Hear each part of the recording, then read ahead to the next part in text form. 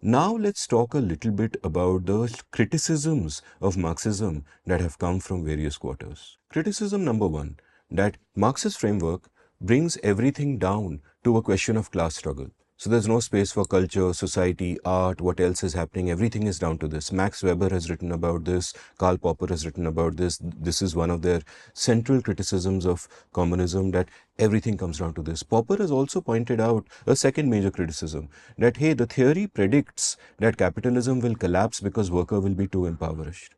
But hey, that hasn't happened. It's a point Fukuyama also elegantly made, that, this is part of the central edifice on which all of Marxism rests, that everything should collapse because workers are being exploited. And the fundamental premise behind this thinking is zero-sum thinking.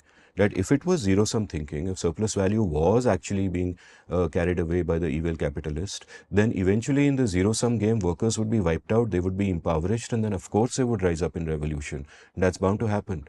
But however, that hasn't happened. History shows us that economies are a positive sum game, that many proletariat go on to become bourgeoisie. So, that's not the way the world functions. Another criticism actually comes from the left. Right? This comes from the likes of Michel Foucault. This comes from modern intersectional thinkers who criticize Marxism by saying that according to Marxism, everything is class. What about race? What about gender? What about nationality? What about ethnicity, etc., etc.? All these factors in India, you would say, what about caste? All these factors also play into shaping society, and all these factors even play into the oppressor framework. So Marxism is therefore getting it wrong by just focusing on one thing, because that was what Marx and Engels saw, and that appeared to explain everything. The fourth criticism comes from Isaiah Berlin, where he says that actually you're looking at a society which is classless, stateless, etc., etc., everyone is equal, blah, blah, blah. It's against human nature. It cannot work because human nature is not like that, because we are driven by self-interest. And, as Adam Smith correctly pointed out, that is how we all progress at the same time. And therefore, it simply cannot work. Forget the fact of what is desirable, it simply cannot work. The great biologist E.O. Wilson has a great quote on communism, where he says, great idea, wrong species.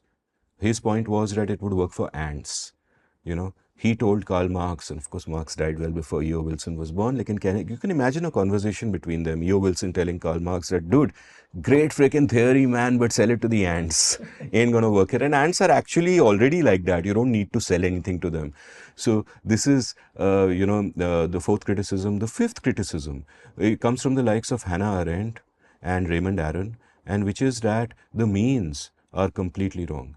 That if you want to get to where Marxism says we should get to, first the dictatorship of the proletariat and then that classless society, so to say, you can only do so through extreme violence. And that is bad in and of itself. And point number one is to note is that violence is bad in and of itself, hardly needs to be elaborated upon. And point number two is that it won't even get you there. It will just break everything down completely, impoverish everyone, and you're not even going to achieve that end with these means.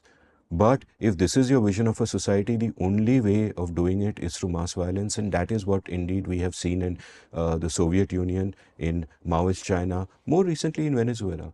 Right? It simply can't be done. So these are sort of the major criticisms of Marxism that have come down through the